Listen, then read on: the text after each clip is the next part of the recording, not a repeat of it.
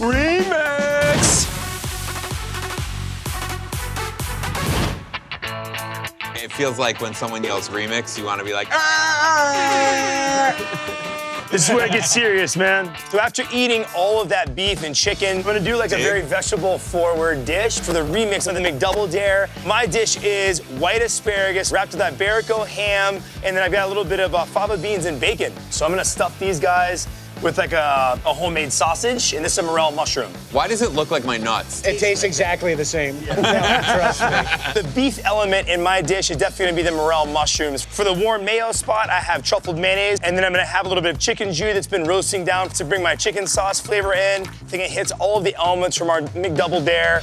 And then I have a really cool, kind of like crouton thing I'm gonna do on the top, and it's gonna be like that's my bread component. I love croutons. Oftentimes I've been like, why can't the croutons outnumber the lettuce? And what's going on here? Is that a Quail.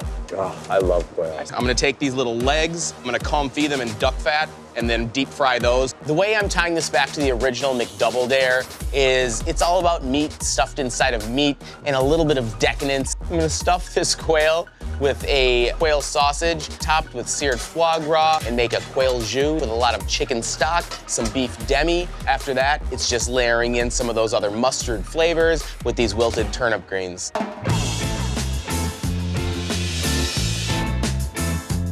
Kristen, how you doing? So I heard what the guys were doing, and I think I'm landing somewhere in the middle. I want it to be rich and decadent and reminiscent of your burger, but I also want it to eat very light and refreshing and really beautiful. We've already had chicken, we've already had beef, like let's try fish, but let's make the fish taste like chicken and beef. My remix dish is a slow steamed Chilean sea bass. I'm brining in a roasted chicken stock brine. Tons of fresh herbs. My bun is toasted sourdough croutons with a fried garlic oregano vinaigrette to really bring in like the garlic and onion aspect, and seared patty pan squashes. Wow, that's a lot. The thing that acts as your cheese, all the sauces, I'm making a chicken schmaltz beef fat and clarified butter hollandaise sauce. You looked right in my eyes. And And you're then like, you're I'm gonna- gonna say Schmaltz. My kind of tie-in to our sandwich is taking the pork sausage, stuffing it inside of the morel mushroom, and then we're gonna roast this puppy. So we have some house-made pork sausage that has some fennel pollen and sage in there. Can I take a bite of this raw, or is that like not? You might die.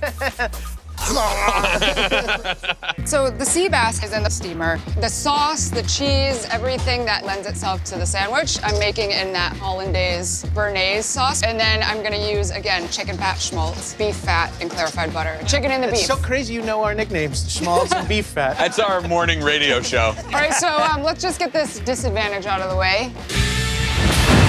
Disadvantage.